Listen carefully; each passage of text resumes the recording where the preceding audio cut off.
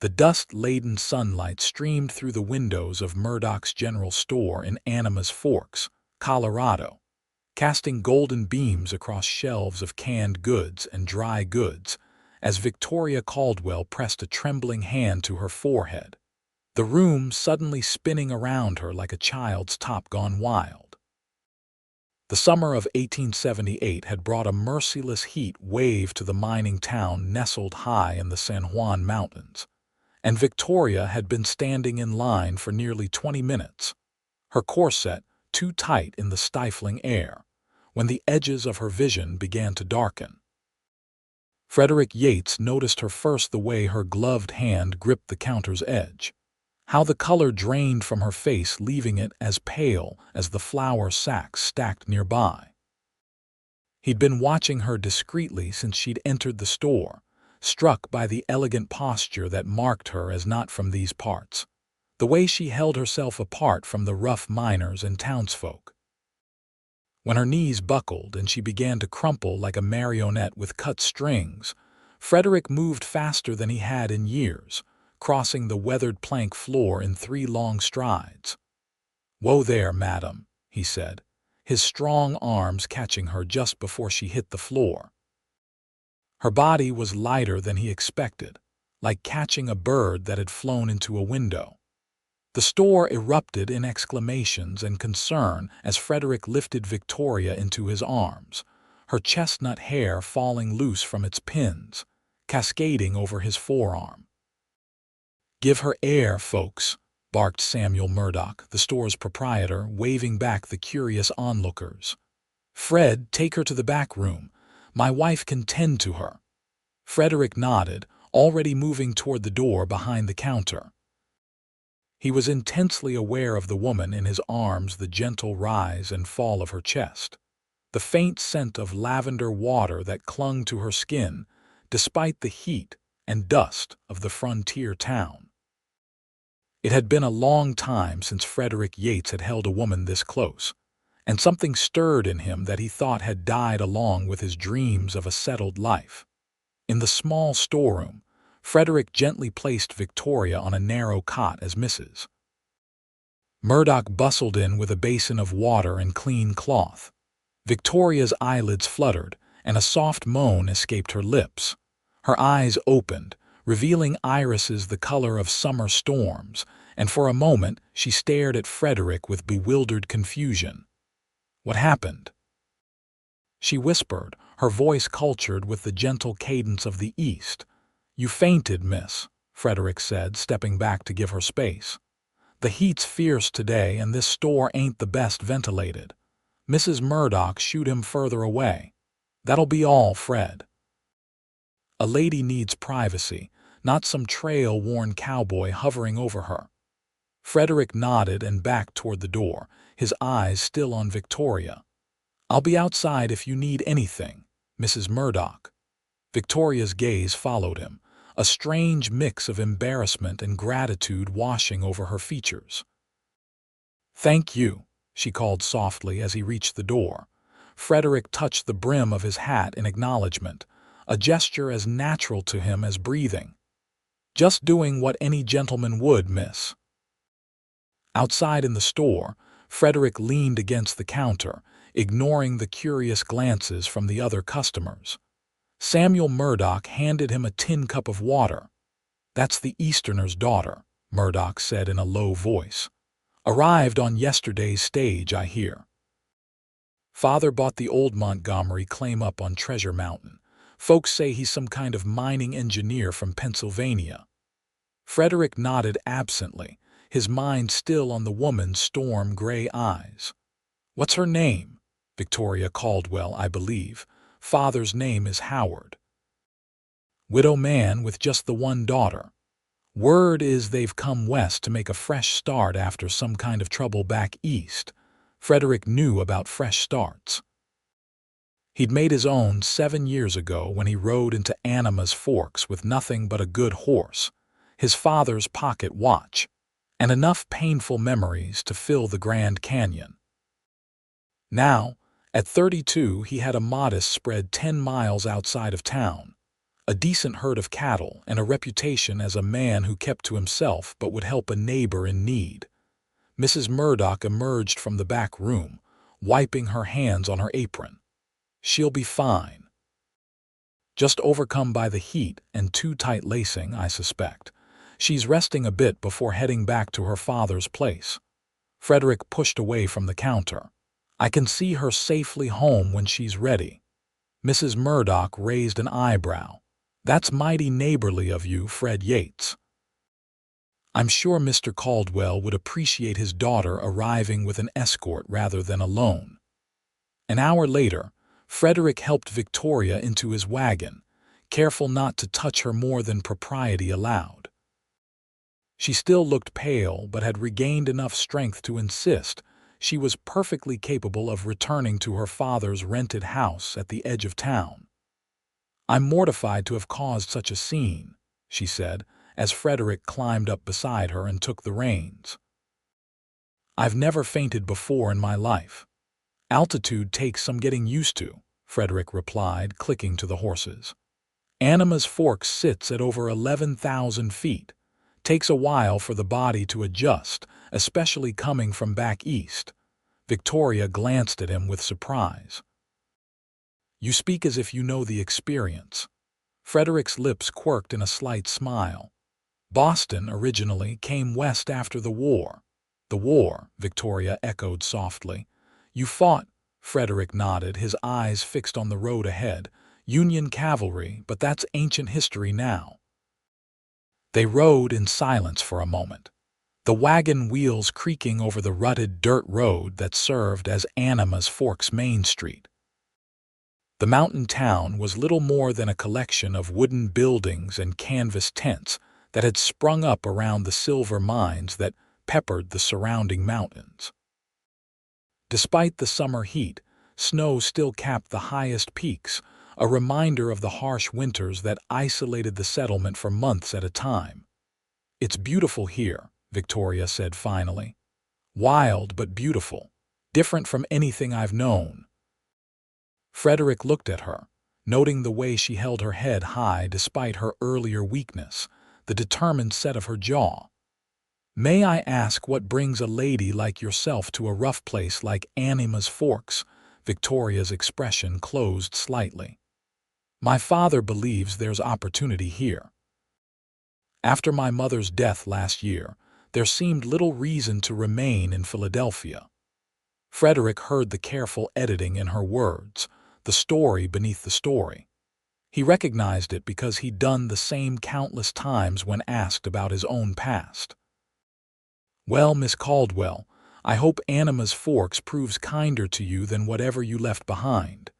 Victoria's eyes met his, a flash of surprise in their depths at his perception. "Thank you, Mr. Yates. I hope so as well."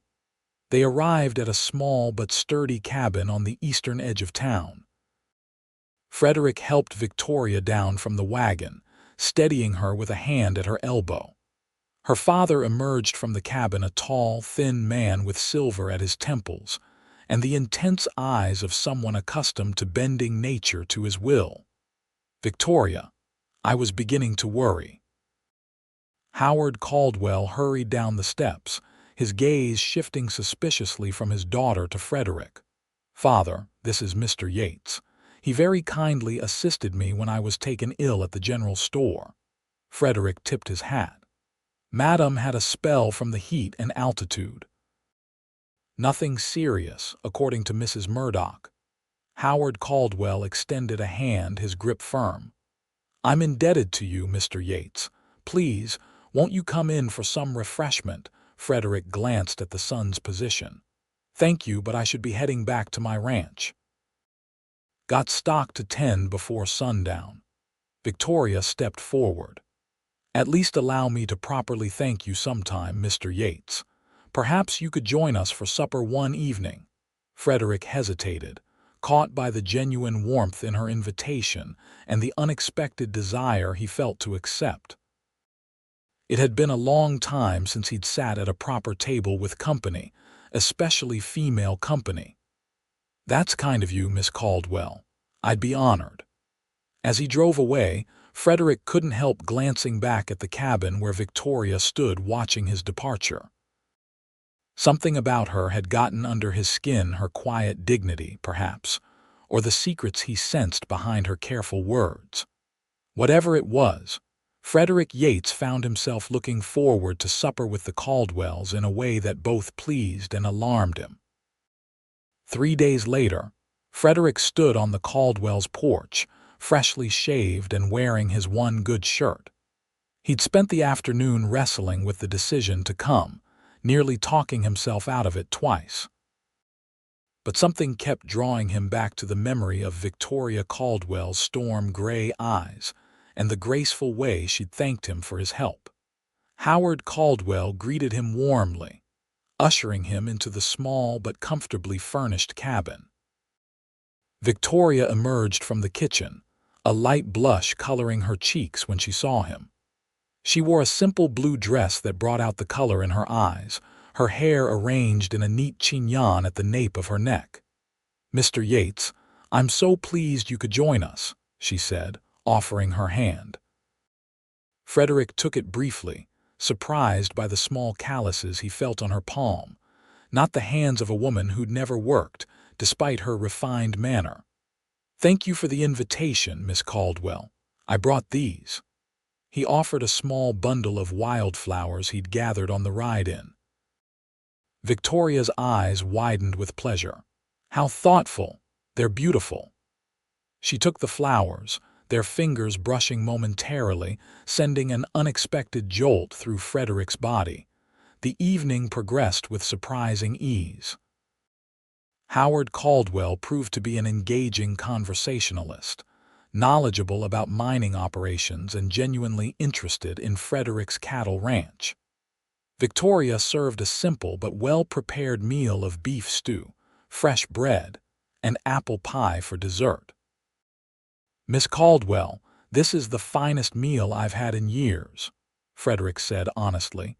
Savoring the last bite of pie, Victoria smiled, a genuine expression that transformed her face. "Thank you, though I fear that speaks more to the quality of your recent meals than to my cooking skills." Frederick laughed, a rusty sound even to his own ears. "Fair point, madam. Bachelor cooking tends toward the practical rather than the delicious." Howard Caldwell leaned back in his chair, studying Frederick with intelligent eyes. "How long have you been in Animas Forks, Mr. Yates?" "Going on 7 years now. Came up from Denver in '71 when the silver strikes were just starting to make news." "Yet you chose ranching over mining," Frederick nodded. "Mining's a gamble. Ranching is hard work but more predictable. I saw too many men lose everything chasing color in the ground." "A practical philosophy," Howard said approvingly. "Though I must confess, I've come here precisely to take that gamble. I believe my engineering experience can make the difference between success and failure in these mountain mines." Victoria set down her coffee cup. "Father has developed new smelting techniques that can process ore more efficiently than current methods." Frederick raised an eyebrow. "That would be valuable around here. The high-grade ores getting harder to find, and transportation costs eat up profits when shipping to Denver for processing." Howard nodded eagerly. "Exactly. If we can process lower-grade ore profitably on site, many of these claims that have been abandoned could become viable again." As the evening wore on, Frederick found himself increasingly drawn to Victoria.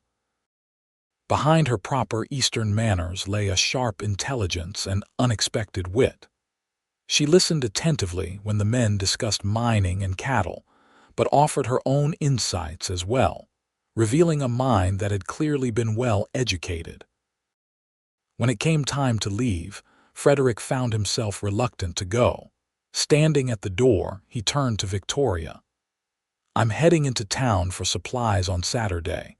Would you and your father care to join me? I could show you some of the countryside along the way." Victoria glanced at her father, who nodded his approval. "We would enjoy that very much, Mr. Yates." "Frederick, please, or Fred if you prefer." A smile touched her lips. "Frederick then, and you must call me Victoria." As he rode home under a canopy of stars, Frederick tried to make sense of the warmth that had settled in his chest. It had been a long time since he'd allowed himself to feel any kind of attachment, especially to a woman. After losing his wife and infant son to fever during the war, he'd locked away that part of himself, focusing instead on building his ranch and keeping his painful memories at bay. But something about Victoria Caldwell had slipped past his defenses. Perhaps it was her quiet strength, or the sadness he occasionally glimpsed behind her smile, a sadness he recognized all too well. Whatever it was, Frederick found himself looking forward to Saturday with an anticipation he hadn't felt in years. Saturday dawned clear and warm, the summer sun climbing steadily above the jagged mountain peaks that surrounded Animas Forks. Frederick arrived at the Caldwell's cabin in his wagon, dressed in clean clothes and feeling unaccountably nervous. Victoria greeted him wearing a practical riding skirt and jacket, her hair partially covered by a wide-brimmed hat. "I hope this is appropriate," she said, gesturing to her outfit. "Father thought it more sensible than my usual attire for a day of travel." "Your father's right," Frederick said, helping her into the wagon. "The trail can get rough in places." Howard Caldwell emerged from the cabin carrying a leather satchel. "Just some paperwork I need to file with the claims office," he explained, settling beside his daughter. "Don't let me interfere with your tour of the countryside, though." The ride into town took them along a winding mountain road that offered spectacular views of the surrounding peaks. Frederick pointed out various landmarks: the entrance to the Silver Queen mine, a waterfall that cascaded down a distant cliff face, the remnants of an old trapper's cabin half hidden among the pines. Victoria absorbed it all with evident delight, her eyes wide with wonder at the rugged beauty of the San Juans. "It's like something from a storybook," she said as they paused at a particularly breathtaking overlook. "So vast and untamed." "That it is," Frederick agreed, watching her rather than the view. "Beautiful but dangerous too. These mountains don't forgive carelessness." Victoria turned to him, her expression sobering. "Is that why you chose to ranch in the valley rather than mine in the mountains?" A respect for their danger, Frederick was struck by her perception. "Partly. I've seen what happens to men who underestimate these peaks. Winter storms that come out of nowhere, rockslides, mine cave-ins. Nature's in charge up here, not us." Howard, who had been examining the distant mountains through a small spyglass, rejoined the conversation. "Yet men continue to challenge nature's supremacy, myself included. There's something irresistible about pitting one's wits against such formidable obstacles." Frederick nodded. "No argument there. Just saying a man ought to approach that challenge with humility." In town, Howard excused himself to visit the claims office while Frederick and Victoria continued to Murdock's store. The shopkeeper greeted Victoria warmly, inquiring after her health. "Much improved, thank you," Victoria said with a smile. "I've been gradually adjusting to the altitude, as Mr. Yates suggested."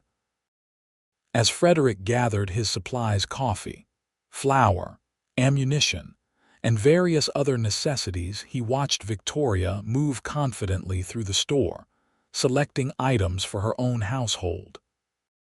She showed none of the weakness that had overcome her on their first meeting, though he noticed she'd wisely foregone a tightly laced corset in favor of more practical Western attire.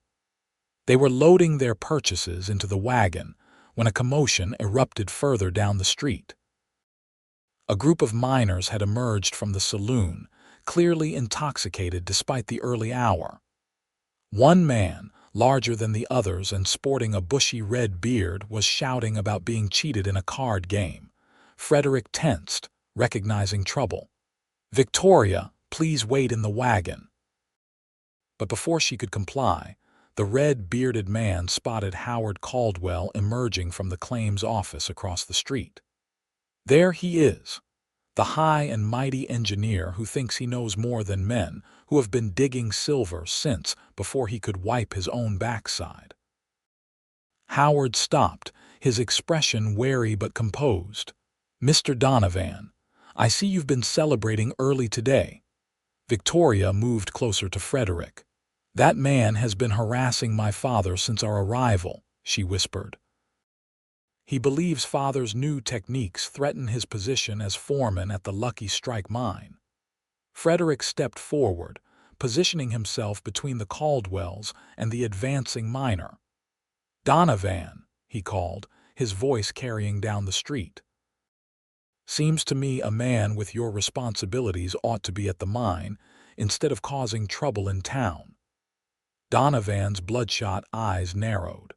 "Stay out of this, Yates. This is between me and the fancy Eastern expert who's trying to tell us how to run our mines." By now, a small crowd had gathered, watching the confrontation with the avid interest of people for whom entertainment was scarce. Frederick remained calm, his stance relaxed but ready.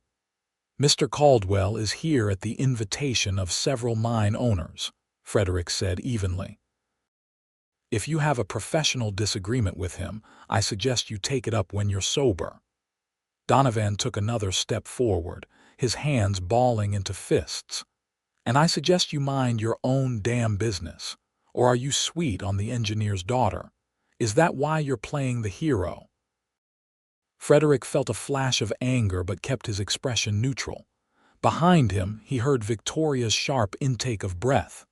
"That's enough, Donovan," came a new voice.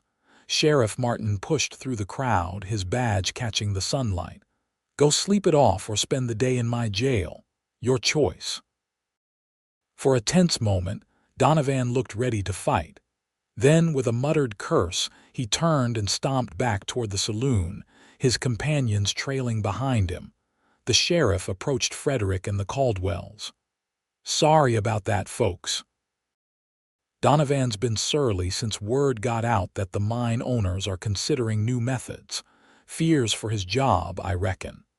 Howard extended his hand to the sheriff.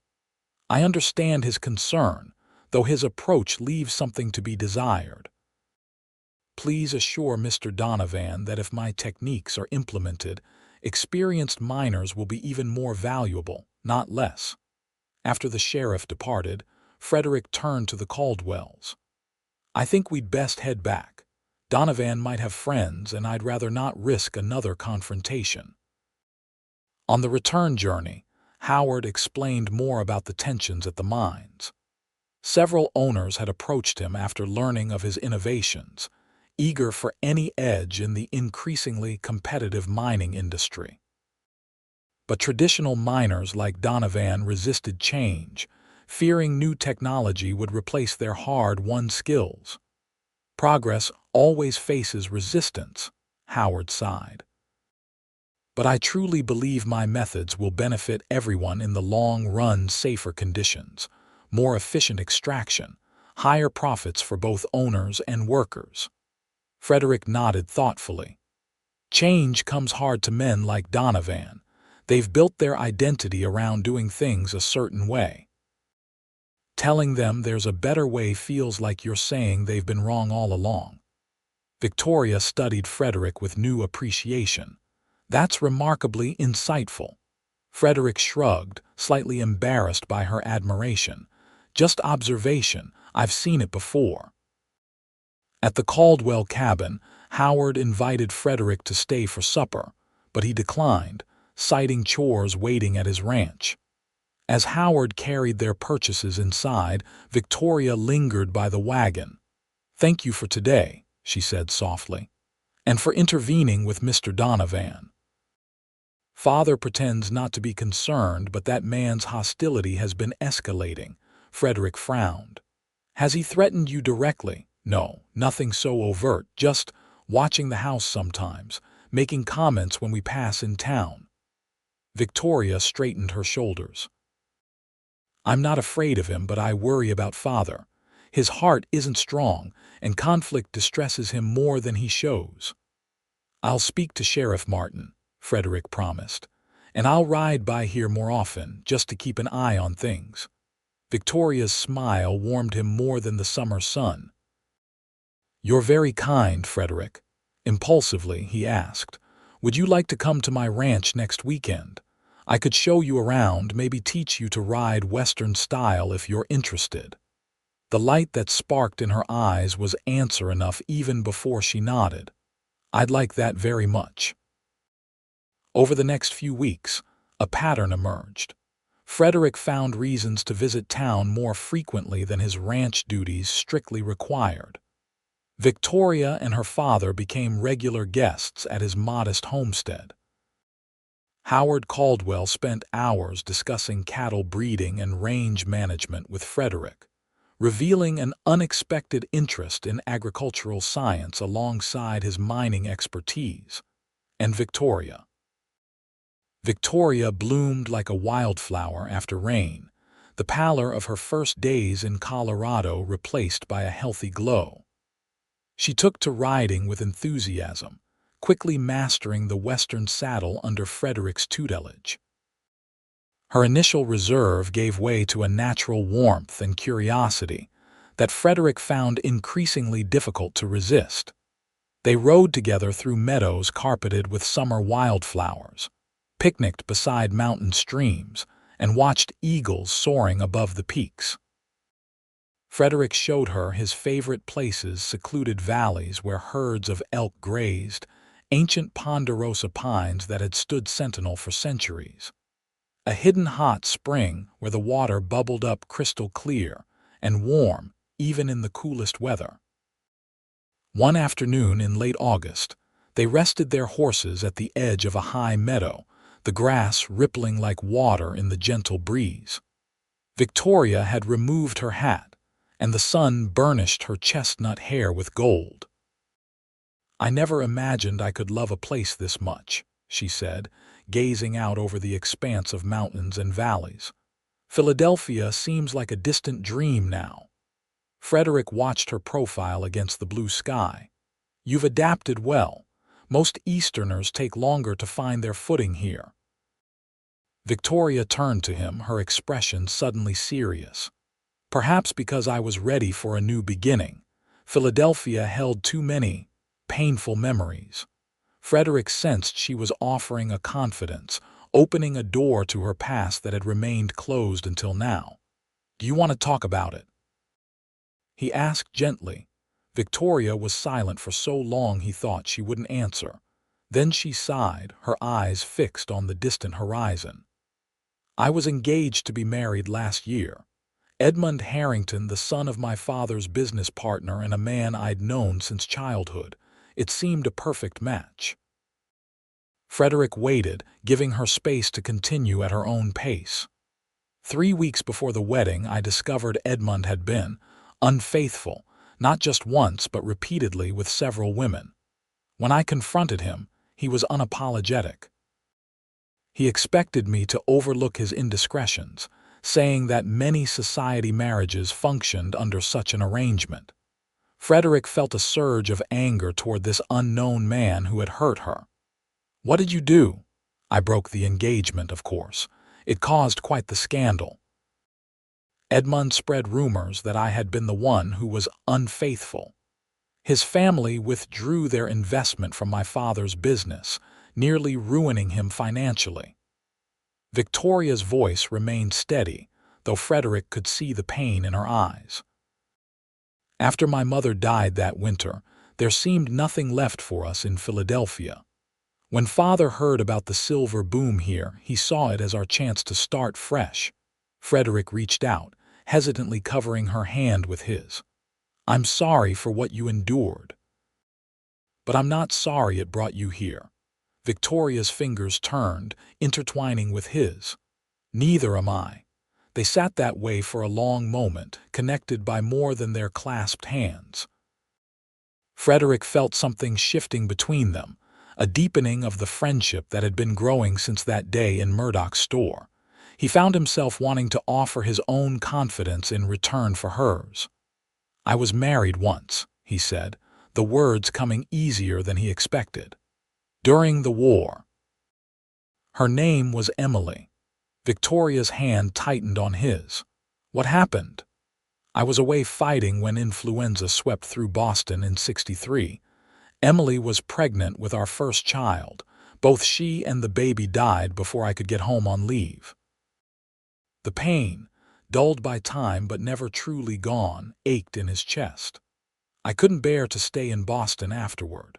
When the war ended, I headed west and kept going until I found a place that didn't remind me of everything I'd lost."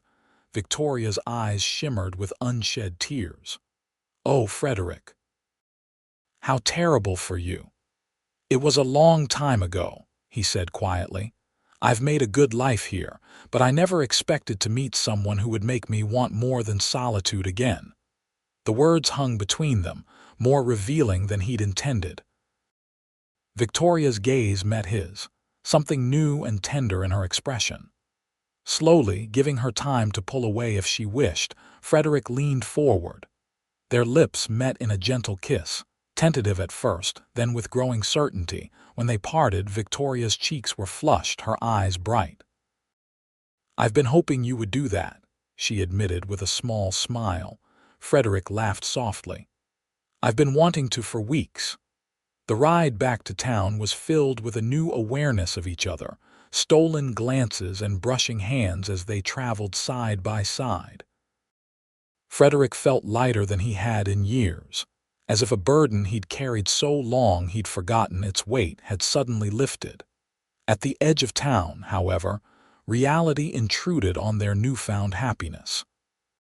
Smoke rose from the direction of the Lucky Strike mine, and they could hear shouts and the sound of running feet.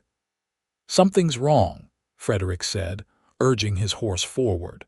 Victoria followed close behind. They arrived at the mine entrance to find chaos. Men were rushing in and out, carrying injured miners. Others formed a bucket line from the nearby creek, passing water to fight a fire that had broken out inside the mine shaft. Howard Caldwell was already there, his sleeves rolled up as he helped direct the rescue efforts. He looked up with relief when he spotted Frederick and Victoria. "Thank God you're here," he called. "There's been a cave-in and explosion. Men are trapped in the lower level." Frederick dismounted quickly. "How can I help?" "They need strong backs to move debris." "I'm trying to organize the ventilation. The smoke is making rescue nearly impossible." Frederick squeezed Victoria's hand briefly. "Stay here and help with the injured," he said, then hurried to join the rescue team entering the mine. The next hours passed in a blur of smoke, sweat, and desperate effort. Frederick worked alongside miners he barely knew, shifting rocks and timber, crawling through narrow passages to reach the trapped men. 3 were brought out alive but badly injured. 2 more weren't so fortunate. It was near dusk when Frederick emerged from the mine for the last time, exhausted and covered in soot. Victoria rushed to his side, offering water and a clean cloth to wipe his face. "Are you hurt?" she asked anxiously, her eyes scanning him for injuries. "Just tired," he assured her. "Your father's still inside, working with the mine engineer to shore up the damaged sections." Victoria nodded, relief evident in her expression. "He'll stay until the job is done. It's his way." As they stood together, watching the continuing activity around the mine entrance, the mine owner approached them. Elias Montgomery was a heavy-set man with shrewd eyes and a reputation for fair dealing with his workers. "Yates," he acknowledged with a nod. "Good work in there today." "Might not have gotten Johnson out alive without your help," Frederick shrugged. "Just did what needed doing." Montgomery turned to Victoria. "Miss Caldwell, your father is a remarkable man. His knowledge of mine ventilation likely prevented this from being a much worse disaster." "What caused the cave-in?" Victoria asked. Montgomery's expression darkened. Preliminary examination suggests the supporting timbers were compromised. Could have been an accident, but you don't think so, Frederick finished for him. Montgomery shook his head. Those timbers were inspected last week. They were sound then. He hesitated, then added, Donovan was the last foreman down in that section before the collapse. Victoria gasped softly. Frederick felt a cold anger settle in his gut. Are you suggesting sabotage? I'm not suggesting anything officially, Montgomery said carefully. But Donovan's been vocal about his opposition to Mr. Caldwell's new methods. And he was absent from the rescue effort today, claimed to be too ill to help, though he was healthy enough to drink at Sanders' saloon last night. After Montgomery left, Frederick turned to Victoria. I think you and your father should stay at my ranch for a few days, just until we know more about what happened here. Victoria looked up at him, her face pale in the fading light. You believe, Mr. Montgomery, that Mr. Donovan might have deliberately caused this? I don't know, Frederick admitted. But 5 men were hurt today and 2 died. If there's even a chance this was intentional, I want you and your father somewhere safe until the truth comes out. Later that night, with Howard Caldwell finally returned from the mine, and both Caldwells settled in Frederick's spare rooms, Frederick sat alone on his porch, cleaning his rifle by lamplight. The events of the day had left him uneasy. A feeling he hadn't experienced since the war, the sense of danger lurking just beyond the circle of light. If Donovan had indeed sabotaged the mine, what might he do next? And if his target was Howard Caldwell's innovations, would he stop at attacking the mine? Or might he turn his attention to the engineer himself, or worse, to Victoria? Frederick checked and rechecked his weapons, determined that whatever came, he would be ready to protect the woman who had unexpectedly captured his heart and the father she loved. As the moon rose over the mountains, casting silver light across the valley, Frederick Yates made a silent vow. No harm would come to Victoria Caldwell while he had breath in his body. The next morning dawned clear and crisp, with the first hint of autumn in the air. Frederick rose before the sun, checking his property boundaries and making sure all was secure before returning to prepare breakfast for his guests. He found Victoria already in the kitchen, her sleeves rolled up as she competently managed the cast iron stove. I hope you don't mind, she said, gesturing to the coffee pot and the batter she was mixing. I couldn't sleep, and cooking helps me think. Frederick leaned against the doorframe, enjoying the domestic scene. Mind. I'd be a fool to object to waking up to fresh coffee and whatever smells so good in that bowl. Victoria smiled, though the worry hadn't entirely left her eyes. Flapjacks, my mother's recipe. Frederick moved to stand beside her, drawn by an impulse he didn't try to resist. He brushed a strand of hair from her cheek, his fingers lingering against her skin. Are you all right? Yesterday was difficult. Victoria leaned slightly into his touch. I keep thinking about those poor miners, and about what Mr. Montgomery said regarding Mr. Donovan. She met Frederick's gaze directly. If he truly caused that cave-in, he's a murderer. If he did, Sheriff Martin will see him brought to justice, Frederick assured her. But until we know for certain, I want you and your father to stay here where I can keep you safe. Victoria set down her mixing spoon and turned fully toward him. You truly believe we might be in danger? Frederick considered his words carefully. I think it's a possibility we can't ignore. Donovan has made his hostility clear, and if he's desperate enough to sabotage a mine. Victoria nodded soberly. I understand, and I appreciate your concern, Frederick. She reached up, her palm warm against his cheek. I don't know what we would have done without you. The moment stretched between them, intimate and charged with unspoken feelings. Frederick leaned down slowly, giving her time to pull away if she wished. But Victoria rose on her toes to meet him, her lips soft against his. The kiss deepened, her arms sliding around his neck as his encircled her waist. A discreet cough from the doorway broke them apart. Howard Caldwell stood there, amusement mingling with fatherly concern in his expression. "I see breakfast preparations are well underway," he commented dryly. Victoria blushed but didn't step away from Frederick. "Good morning, Father. Coffee's hot if you'd like some." Howard entered the kitchen, pouring himself a cup. "Frederick, I wonder if I might impose on your hospitality even further. I need to return to the mine today. There's much work to be done securing the damaged sections, but I'd rest easier knowing Victoria remains here, away from potential trouble." Frederick nodded. "Of course, I was going to suggest the same. And perhaps," Howard continued, his eyes shrewd as he looked between them, "we might discuss your intentions toward my daughter at some point soon." Victoria made a soft sound of protest. "Father," Howard raised a placating hand. "I merely observe that certain developments seem to be occurring, and as your father, I have an interest in them." His tone softened.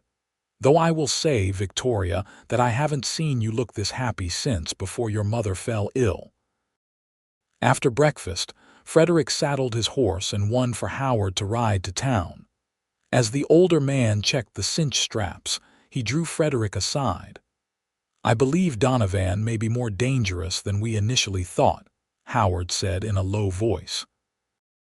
"Last night, after you and Victoria left the mine, I overheard a conversation between him and two other miners. They didn't realize I was within earshot, working on the ventilation system around the corner." Frederick tensed. "What did you hear?" Donovan was furious that no one was seriously investigating the cave-in. "He said something about finishing what we started and making sure the message is understood. When one of the others expressed concern about the deaths, Donovan dismissed it as necessary casualties." Frederick's jaw tightened. "Did you tell Sheriff Martin?" Howard shook his head. "I intended to speak with him today. I wanted to warn you first, given your relationship with Victoria." Frederick clasped the older man's shoulder. "Thank you. I'll keep her safe, I promise you that." After Howard departed, Frederick found Victoria on the porch, gazing out at the mountains. She turned at his approach, a question in her eyes.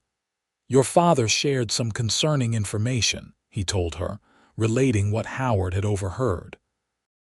"I'm going to send one of my ranch hands to town to alert the sheriff, but I want to stay here with you." Victoria's expression grew determined. "I won't cower in fear from men like Donovan. If he thinks he can intimidate my father into abandoning his work through violence, he's sadly mistaken." Frederick couldn't help smiling at her spirit, even as concern gnawed at him. "I admire your courage, but there's no shame in being cautious when facing a man who's already shown he's willing to kill." The day passed quietly. Frederick attended to necessary ranch chores while keeping the cabin within sight. Victoria insisted on helping, learning how to feed the chickens and milk the cow, with the same determination she'd shown in mastering horseback riding. They worked side by side, talking easily about their lives, their hopes, their pasts. Frederick found himself sharing stories he hadn't spoken of in years: his childhood in Boston, his time at Harvard before the war interrupted his studies, the brief happiness he'd found with Emily before tragedy struck. Victoria listened with understanding, offering her own stories in return: her education at a Philadelphia ladies' seminary, her love of literature and music, her dreams of someday traveling to Europe. As the sun began its descent toward the western peaks, they sat together on the porch swing, shoulders touching, watching the changing light paint the mountains in gold and crimson. "I've never felt as peaceful as I do right now," Victoria said softly. "Despite everything happening with the mine and Mr. Donovan, being here with you feels right in a way nothing has before." Frederick took her hand, his calloused fingers gentle against her softer skin. "I never expected to find happiness again after Emily died. I came west to escape my memories, not to make new ones." He turned to face her, his heart in his eyes. "But then you fainted in Murdock's store, and suddenly the future looked different." Victoria's lips curved in a tender smile. "A rather inauspicious beginning." "I don't know," Frederick teased. "It got me to notice you. And here I thought it was my witty conversation and refined Eastern manners that captured your attention." Frederick laughed, then grew serious again. "Victoria, I know it's soon, we've known each other barely 2 months, but I need to tell you something. I've fallen in love with you." Victoria's eyes widened, a flush rising to her cheeks. For a moment, Frederick feared he'd spoken too soon. Then she leaned forward, pressing her lips to his in a brief, sweet kiss. "I love you too, Frederick," she whispered against his mouth. "I think I began falling for you the moment you caught me in the store, before I even knew your name." The sound of approaching hoofbeats interrupted their moment of tenderness. Frederick rose quickly, his hand moving to the revolver at his hip as he positioned himself between Victoria and potential danger. Relief washed through him when he recognized his ranch hand, Tom, returning from town, but the relief was short-lived when he saw the urgency in the young man's posture. "Mr. Yates," Tom called, reining his horse to a hard stop. "There's trouble in town. Sheriff Martin sent me to warn you." Frederick strode to meet him. "What's happened?" Tom dismounted, his face grave. "Donovan and about 10 men have been drinking at Sanders since noon. They're talking openly about running Mr. Caldwell out of town or worse. Sheriff tried to calm things down, but Donovan struck him. He's locked up now, but his friends are threatening to break him out." Victoria had followed Frederick, her face paling at Tom's words. "My father, is he safe?" "Mr. Caldwell is at the assay office with Mr. Montgomery and some other mine owners," Tom assured her. "Sheriff Martin posted deputies there before arresting Donovan." Frederick made a quick decision. "Tom, ride to the Wilkins place and the Henderson Ranch. Tell them what's happening and ask them to come armed. Then get back here and keep watch." As Tom galloped away, Frederick turned to Victoria. "I need to go to town. Your father may be protected for now, but if Donovan's men free him from jail, the situation could turn ugly fast." Victoria gripped his arm. "I'm coming with you." "Victoria, it's too dangerous. He's my father, Frederick," she interrupted, her eyes flashing with determination. "I won't sit here safely while he's threatened. Besides, we'll be stronger together than apart." Frederick wanted to argue, but he recognized the resolute set of her jaw. And she had a point: if trouble came looking for the Caldwells, it might find its way to his ranch whether Victoria was there or not. "All right," he conceded. "But you stay close to me, and if I tell you to run, you run. Promise me that." Victoria nodded solemnly. "I promise." They rode hard for Animas Forks, the setting sun throwing long shadows across their path. As they approached the town, Frederick could hear raised voices and caught the smell of smoke on the wind. The scene that greeted them was chaos. A group of miners had indeed broken Donovan from jail, and were now facing off against the sheriff and his deputies in the middle of the main street. Several buildings showed signs of damage: broken windows, a smashed door. A small fire burned at the edge of town where someone had set a woodpile ablaze. Frederick reined in at the outskirts, scanning the situation quickly. "We need to find your father. The assay office is on the far side of town. If we circle around behind the buildings, we might avoid the worst of the confrontation." They dismounted, tethering their horses behind the livery stable, and proceeded cautiously through the narrow alleys between buildings. Frederick kept Victoria behind him, his revolver drawn but held low at his side.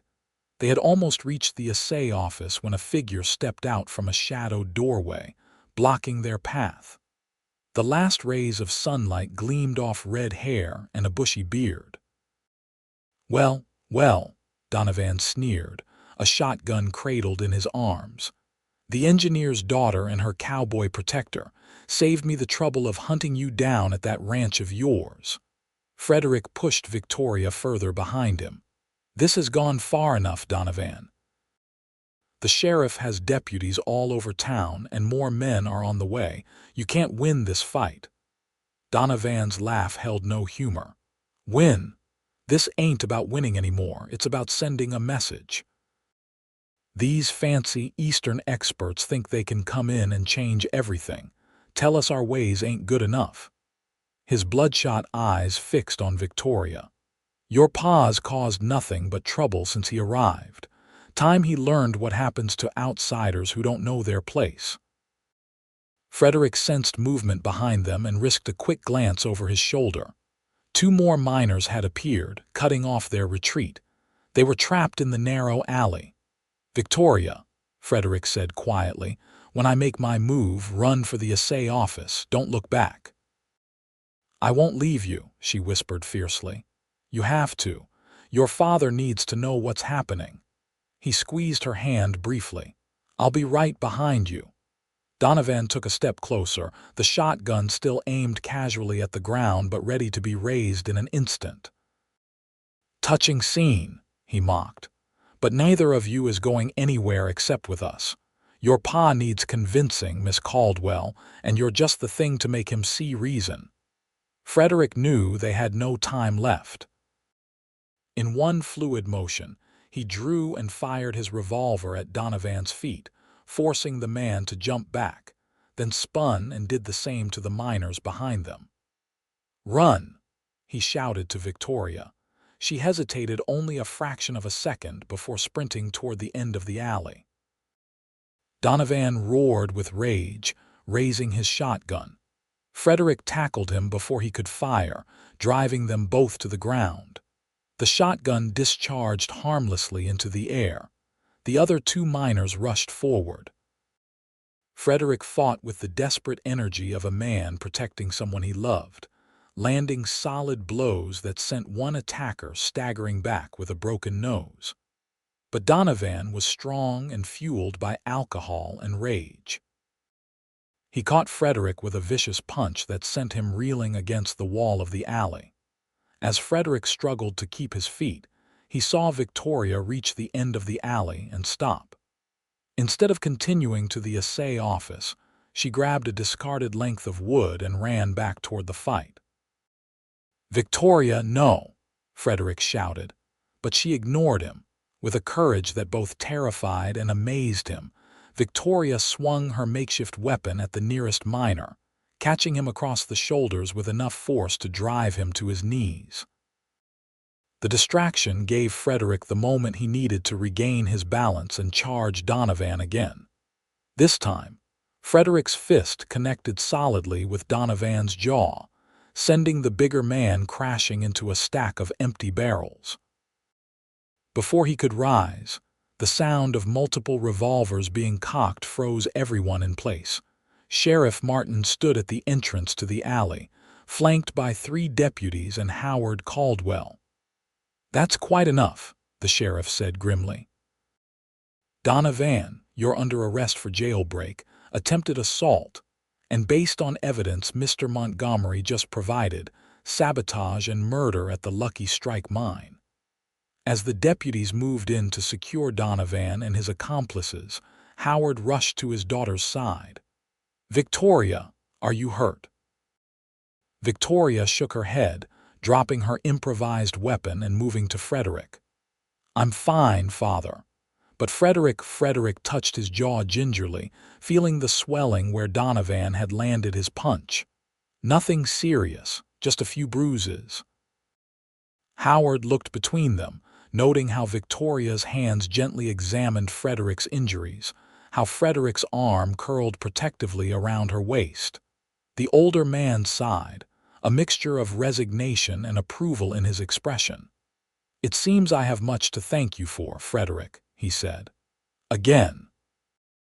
Later, after Donovan and his men had been securely locked in the jail and the town had begun to calm, Frederick, Victoria, and Howard gathered in the small parlor of the Caldwell's cabin. Frederick had insisted on escorting them home and checking the property before returning to his ranch. Mr. Montgomery found proof that Donovan deliberately weakened the support timbers in the mine, Howard explained, pouring 3 glasses of brandy. And several miners have come forward, admitting that Donovan had been planning to frighten me into leaving town for weeks. Victoria sat close to Frederick on the small sofa, her hand in his. "It's over then," Howard nodded. "Donovan will face trial for the deaths at the mine. Most of his supporters have backed down now that the truth is known." He smiled wryly. "And ironically, the mine owners are more interested than ever in my new techniques, seeing how threatened Donovan was by them." Frederick raised his glass in a toast. "To progress, then, and to new beginnings." Howard's shrewd gaze took in their clasped hands and the tender way they looked at each other. "Speaking of new beginnings, I sense there might be another announcement forthcoming." Frederick straightened, suddenly feeling as nervous as a schoolboy. "Mr. Caldwell, Howard, with your permission, I would like to ask for Victoria's hand in marriage." Victoria's sharp intake of breath and the sudden pressure of her fingers told him she hadn't expected this formal declaration, at least not so soon. Howard's expression was serious as he regarded Frederick. "You've known each other barely 2 months. That's very little time to make such a momentous decision." "Father," Victoria began, but Howard raised a hand. "Let me finish, my dear. It's very little time, and yet I've seen more genuine affection and understanding between you in these 2 months than I witnessed in your entire engagement to Edmond." His expression softened. "Love doesn't always require years to grow, especially between 2 people who have both known loss and recognize the value of happiness when they find it." He turned to Frederick. "You have my blessing, sir, and my gratitude for bringing joy back to my daughter's life and, I confess, to mine as well." This old widower had forgotten what it was like to see love blooming under his roof. Frederick rose and extended his hand to Howard, who surprised him by pulling him into a brief embrace instead. Then Frederick turned to Victoria, who was watching with eyes bright with unshed tears. Dropping to one knee before her, Frederick took both her hands in his. "Victoria Caldwell, I never expected to find love again, especially not in Murdock's general store." That drew a watery laugh from her. "But from the moment I caught you, something changed in me. You've brought light back into my life, and I can't imagine a future without you in it. Will you do me the extraordinary honor of becoming my wife?" Victoria's smile was radiant through her tears. "Yes," she said simply. "With all my heart, yes." Frederick drew her to her feet and into his arms, sealing their engagement with a kiss that promised a lifetime of love and partnership. When they parted, Howard was discreetly wiping his eyes. "Your mother would have loved to see this day," he told Victoria. "She always said you needed someone who would match your spirit, not try to tame it." The autumn weeks that followed were the happiest Frederick could remember since before the war. As the aspen trees turned gold against the evergreen slopes, and the first snowflakes began to dust the highest peaks, preparations for the wedding moved forward. Howard threw himself into the arrangements with unexpected enthusiasm, corresponding with Victoria's aunts back east and ordering special items from Denver. The mine owners, grateful for Howard's innovations that were already improving productivity and safety, insisted on hosting the reception at the newly renovated Animas Forks Hotel. The women of the town, who had come to adore Victoria for her kindness and lack of Eastern pretension, organized sewing circles to create decorations and help with her wedding dress. Frederick, meanwhile, worked tirelessly to prepare his ranch house for his bride.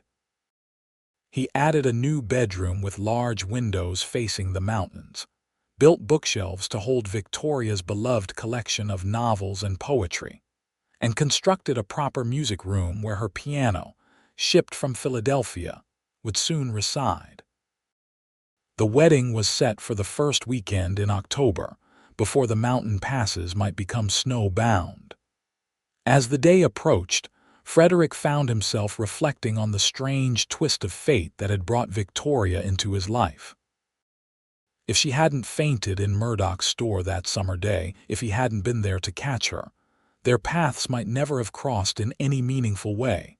The night before the wedding, Frederick stood on his porch, gazing up at the star-filled sky. Tomorrow, Victoria would become his wife. Tomorrow, they would begin building a life together in this wild, beautiful country that had given him a second chance at happiness. "Penny for your thoughts," came a soft voice behind him. Frederick turned to find Victoria standing in the doorway, a shawl pulled around her shoulders against the autumn chill. She wasn't supposed to be here. Tradition dictated they spend the night before their wedding apart, but the sight of her made his heart leap.